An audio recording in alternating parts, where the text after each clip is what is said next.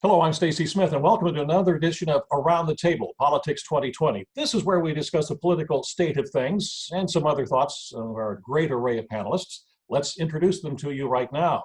Joining us is former Pennsylvania Republican Governor Tom Corbett. Mr. Corbett also served as the Attorney General for the state of Pennsylvania and also U.S. Attorney for Western District of Pennsylvania, and he currently teaches law. Hi, Governor. How are you? Hi, how are you, Stacy? Just great, thank you.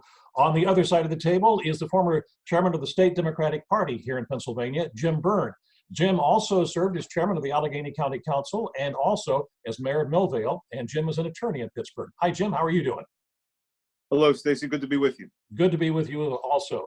Not an attorney, but he has his own consulting firm, is Keith Schmidt, and Keith's political background is rather strong as well. He served as the state director for former Republican Senator of Pennsylvania, Rick Santorum, and Keith also served as Rick Santorum on Santorum's presidential campaign. Keith, thanks for joining us this morning. Great to be here. All right.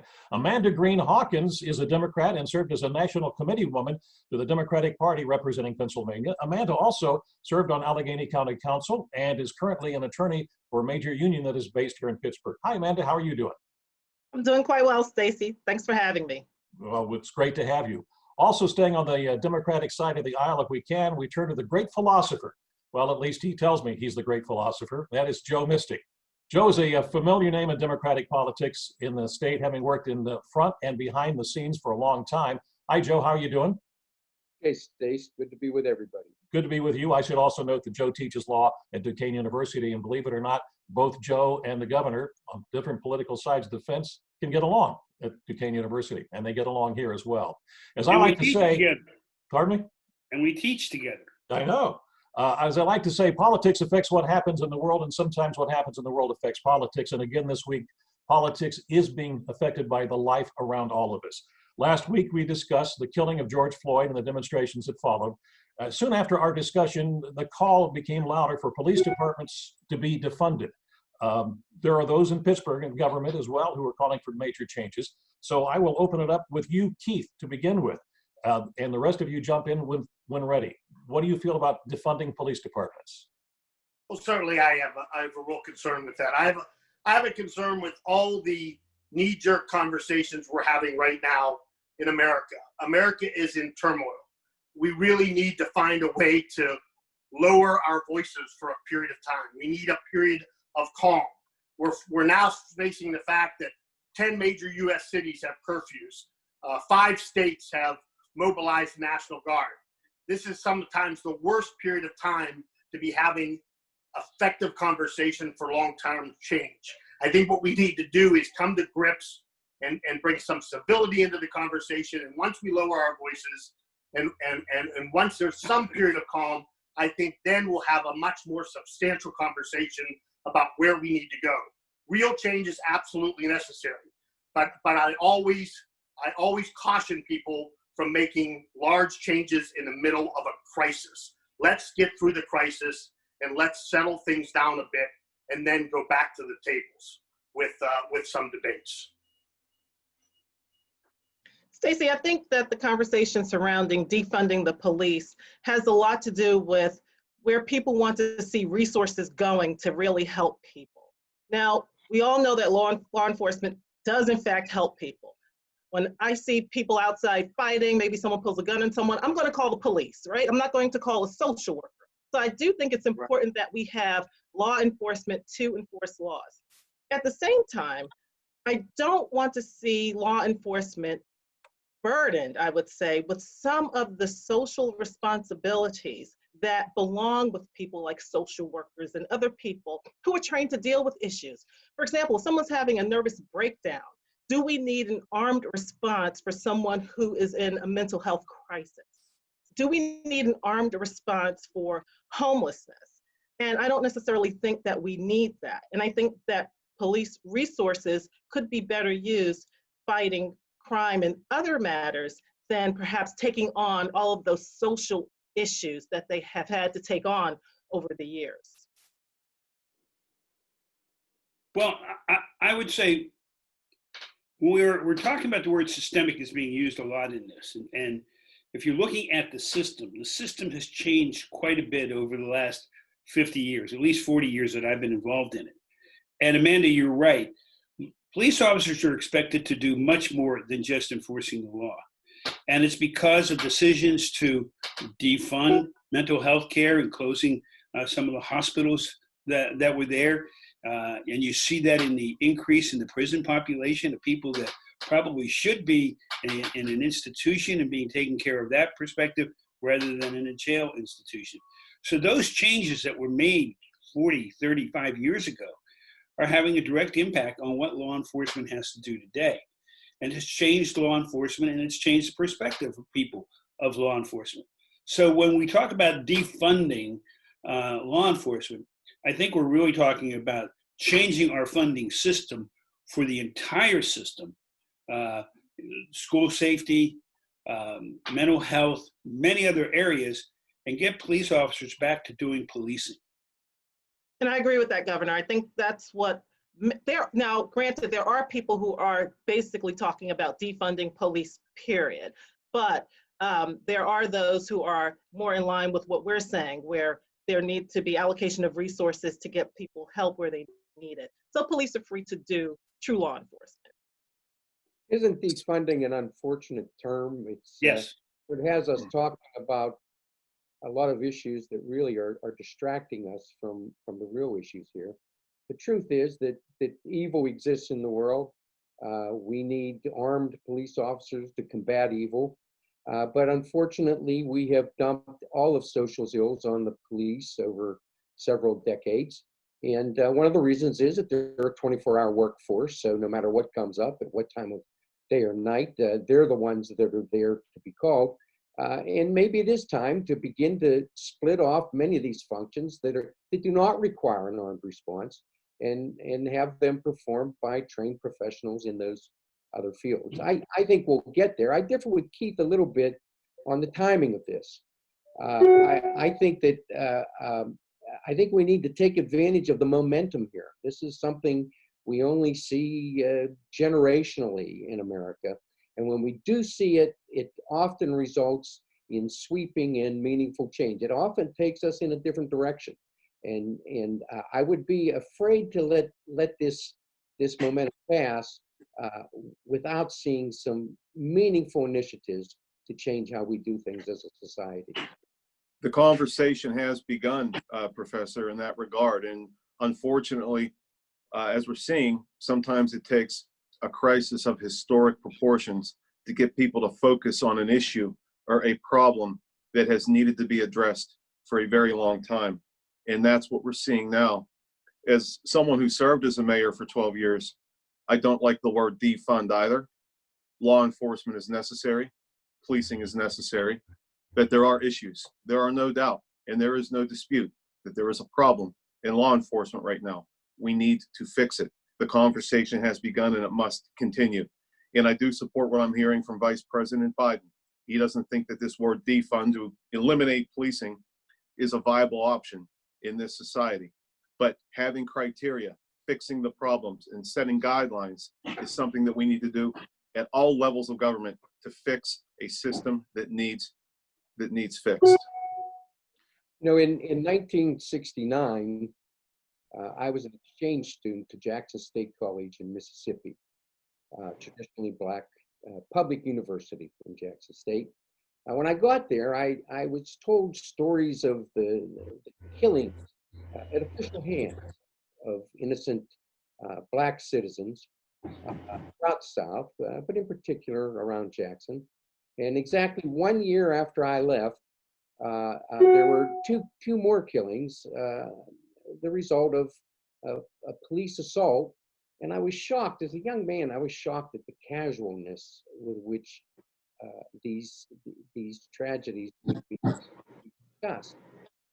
Now, things like that have gone on for the 50 years since.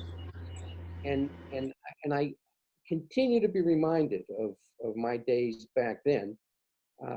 I think now, just maybe, with Americans of all types marching in the streets, just maybe we have a chance here to change that pattern, to put an end to what I've seen and what we've all seen for the last 50 years.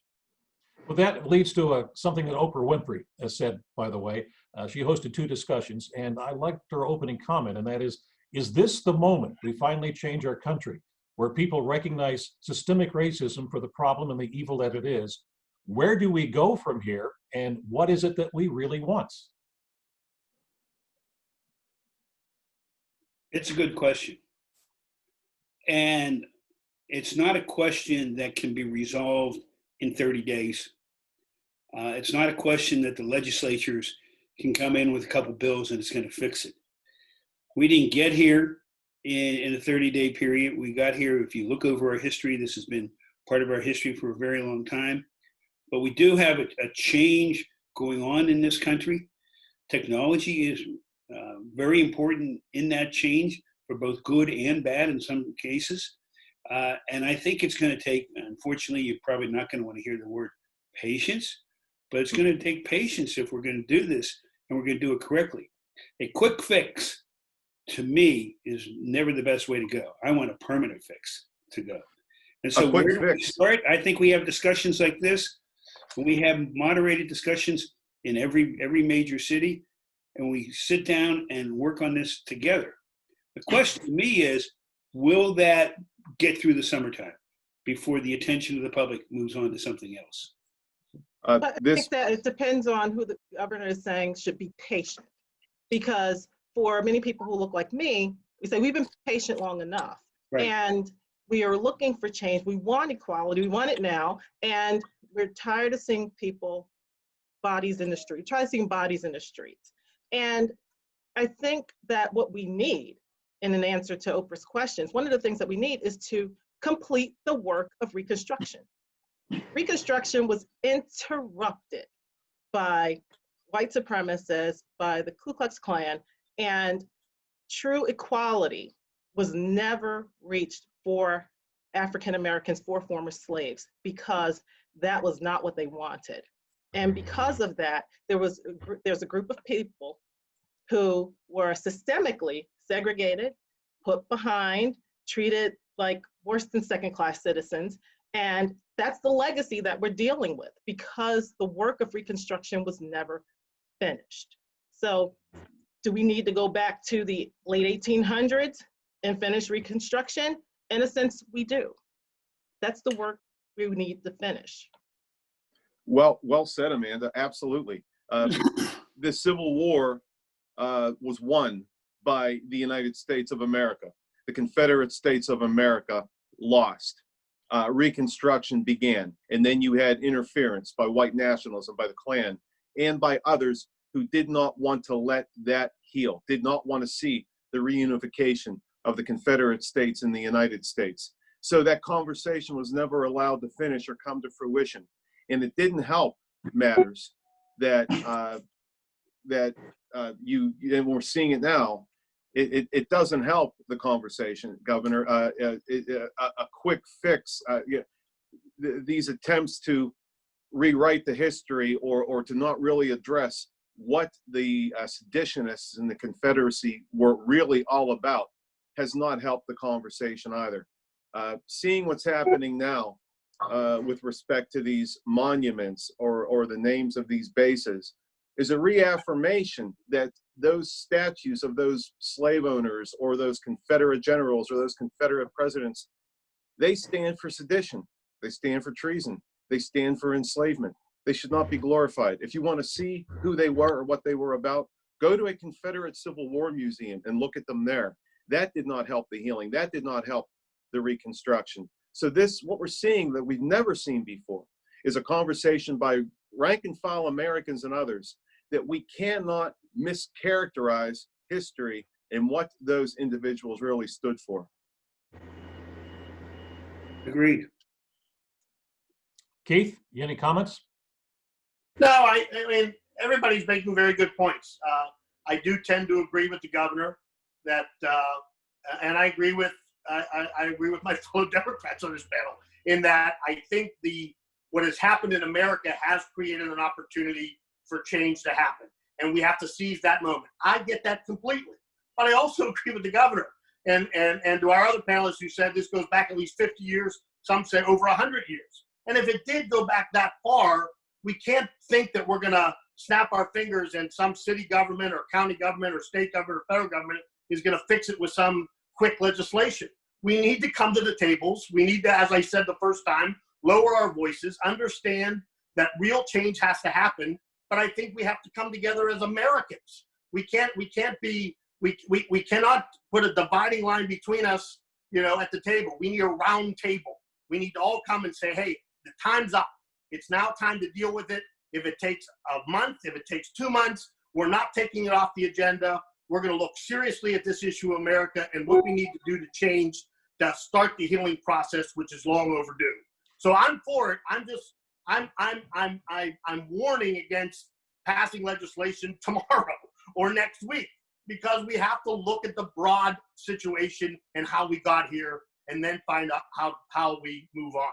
So, All right, so I agree that patience is tough, but I do agree that we have to have some patience at this time. we started this whole thing around the table to talk about politics. So let's now move it into the political arena.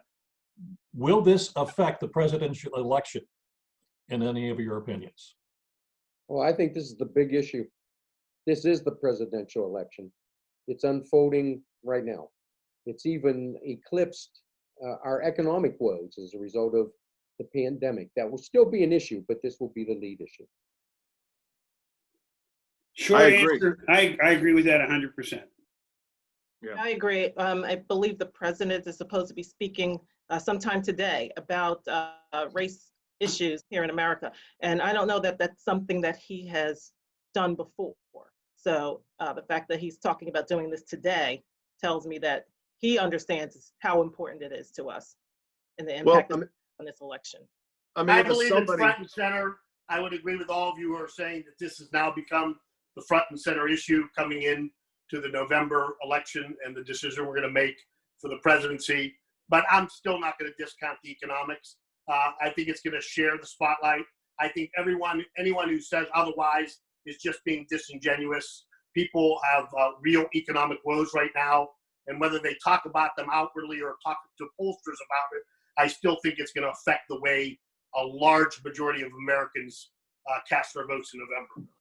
But that's just, Keith, I don't think we can divorce the economics from some of these societal, systemic, racial issues that we're talking about. One of the things that has become clear is racial disparities in healthcare, the effect of economic inequality on healthcare, and COVID-19 has really highlighted that. So we have Absolutely.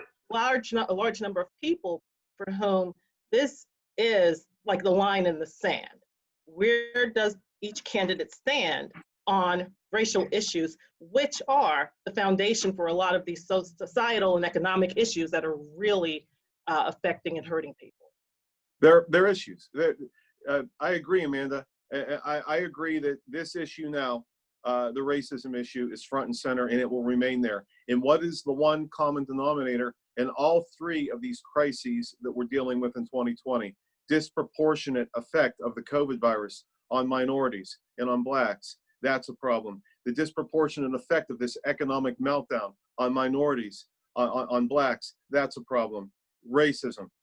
All three affect the minority communities. All three affect the African American community. So yes, it will be front and center because it is part of all three of those things that we're dealing with right now. And the president will give a speech today. Well, I'm not so sure it was his idea to give it, but somebody told him to get in front of a teleprompter, and I'm sure his handlers are praying that he stays on the teleprompter, because I can almost assure you that within 24 hours, he will be back on that Twitter account doing something to fan the flames of division and hatred, as he has been doing since this crisis became front and center. And let's not lose sight of the fact that on June 19th, he's going to give a political speech in Tulsa, Oklahoma. Nobody can tell me where one of the most horrific crimes was ever committed on minorities, and he's doing it on June 19th. No, that's not a coincidence. So I hope he does well today, but as we said before, with him, it's always one step forward and then 5 steps back, unfortunately. All right. Again, that's Jim Byrne, the former state Democratic Party chairman, making those comments about the president of the United States, where things stand. let's move on. As the president and the former vice president try to extend their political careers, one politician is now ending his. Everyone knew it was coming. He announced he was not going to run for re-election, but now the State House Speaker, Mike Turzai, announced this week that as of next week, he will no longer be the State House Speaker, and he will also no longer be a state representative. What's his legacy, guys? I would say that Mike Turzai is a true blue conservative for his caucus. He was a fiscal watchdog all the years in the House, including the time as a leader and as Speaker. I saw him as someone who consistently fought for school choice. There's been record levels of funding for education. I know privatization of the liquor stores was always a top agenda item. He was able to help fight to get beer and wine available in grocery stores. And as far as the fiscal side, also, I know that he moved future public sector employees to a defined contribution plan, which helped the budget situation, which was starting to become a real issue. But perhaps his largest legacy is on the political side for his fellow members of the House, because he was a proficient fundraiser. He was known to be able to recruit great candidates and was able to make those maps work in his favor in some very difficult election cycles and maintain a majority when some people thought that the House Republican power was in peril. So I don't know that we'll hear the likes of him again. He's going into the private sector. I think it's wide open, but I think his legacy is that of a hard-nosed fiscal conservative. I want to hear the Democrat side. There you go. Well, I think Mike's had a remarkable career. A few of us here know him going back to his early days as an assistant district attorney. Now, Right. He was a staunch conservative, as Keith says. When you're like that, on either side of the political spectrum, and you throw some sharp elbows, you bruise some people, and he was a tough opponent, tough competitor, but he never wavered from his beliefs, and to that end, he was true to his beliefs, and I think that's something pretty unusual during these political times. He was a fighter. He was definitely a fighter. He believed in what he stood for. He didn't pull any punches. He wore his heart and his passion for his beliefs on his sleeve. I never questioned once the motivation behind any decision that Speaker Turzai made. I believe that he at all times, as a leader, did what he thought was in the best interests of those whom he was called upon to serve and to represent. Our differences were always ideological or philosophical based on our political orientations and base. But no, a worthy adversary, and on a personal level, got to know him very well, and thought he was our disagreements were there, but no, consummate professional. I wish him well. I just have to point out first how Governor Corbett tossed this to the Democrats so he can get us on record of saying good things about Mike Turzai, right? You figured it out. But I would have to say I agree with everything that's been said, that there's no doubt about his leadership skills, his leadership capabilities, and the respect that he garnered amongst the House and the Senate there in Harrisburg, amongst Harrisburg, period. And we know that if you wanted something to get done, you're going to need Republican help. You're going to go talk to Mike Turzai to see where you can get some things done. And so that kind of leadership is a true gift, and it's also very powerful. And I know that he will be missed in Harrisburg. Well, Governor, I knew you kicked it over to us to say nice things about Mike, and we've done that. But now, as a former state chairman, I appreciate the civil discourse that we have, but every so often I want to throw a little pepper, a little bit of spice on this conversation, because I think that's one of the reasons that we're here. So as state chairman, former state chairman, I have to say that in June of 2012, he gave a speech at the Pennsylvania Republican Committee meeting, and talked about how voter ID was in Pennsylvania in order to get Mitt Romney elected governor. I'm sure you were in that. You were probably in that meeting. I don't know if you, but that went national, and we used that statement as a talking point to fight back on voter ID in Pennsylvania, which we thought was unconstitutional. But that doesn't. I'm not retracting anything I said about Mike, a great warrior, a great fighter. Well, that just shows that you can't question his honesty, at least on political positions.